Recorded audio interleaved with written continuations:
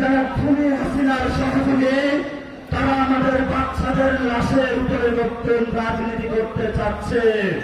আমাদের বিমান বাহিনী থেকে শুরু করে নৌবাহিনী, সেনাবাহিনীর যে আমাদের টেকনোলজিগুলো রয়েছে, এগুলো যদি আমরা উন্নয়ন করতে না পারি, তাহলে ভবিষ্যৎ বাংলাদেশে একটি ধ্বংসস্তূপে পরিণত হবে।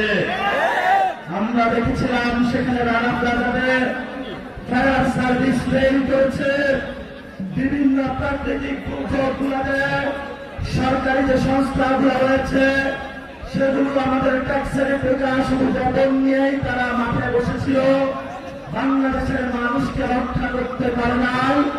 এখনো আমরা দেখেছি আমাদের সন্তানগুলো যখন হসপিটালে কাতরাচ্ছে, তখন আমরা দেখতে পাচ্ছি ঢাকা শহর থেকে বাংলাদেশের কিছু মানুষ যারা খুনি হাসিনার সহযোগী, তারা আমাদের বাচ্চাদের লাশের উপরে নতুন রাজনীতি করতে চাচ্ছে। আমরা বারবার রাজপথে নেমেছি, ভবিষ্যৎ চাঁদপুর থেকে শুরু করে বাংলাদেশে আর কোন আওয়ামী লীগের সুযোগ আমরা দিব না।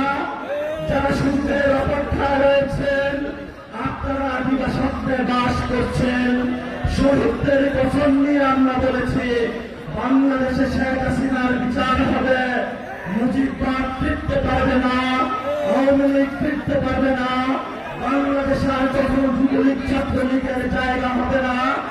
আজকে এই রোদের মধ্যে যারা জনশক্তি আহ্বায়ক থেকে কেন্দ্রীয় কমিটির সদস্যবৃন্দ, শ্রমিক উইং, চাঁদপুরের এনসিপি এবং আমাদের মা বোন তরুণ যুবা যারা উপস্থিত হয়েছেন, সবাইকে আমরা ধন্যবাদ জানাচ্ছি।